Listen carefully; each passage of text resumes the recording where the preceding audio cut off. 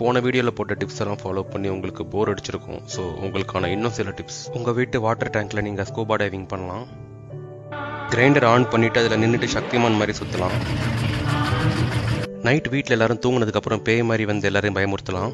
காலையில் நம்மளே சாமியார் மாதிரி வந்து அந்த பேயை ஓட்டலாம். வீட்டில் யாருக்கும் தெரியாமல் சமைச்சிட்டு அதே ஐட்டமை நம்ம ஸ்விக்கியில் ஆர்டர் பண்ணிவிட்டு டெலிவரி பாய் மாதிரி வந்து அதை டெலிவரி பண்ணி நம்ம அம்மா அப்பா கிட்டேருந்து காசு திருடலாம். 250 ஆச்சு மேடம். வீட்டில் இருக்கிற 8 ஷூக்கு பாலிஷ் போட்டால் ஒரு பண்ணு கிடைக்கும், அதை சாப்பிட்லாம். நம்ம வீட்டு மீன் தொட்டியில் ஃபிஷிங் பண்ணலாம். நம்ம அம்மா அப்பாவை ஒரு ரூமில் கடத்தி வச்சுட்டு ஓரமாக சாம்பிராணி கொளுத்தி விட்டுட்டு துப்பாக்கி விஜய் மாதிரி வந்து நம்ம அவங்களை காப்பாற்றலாம்.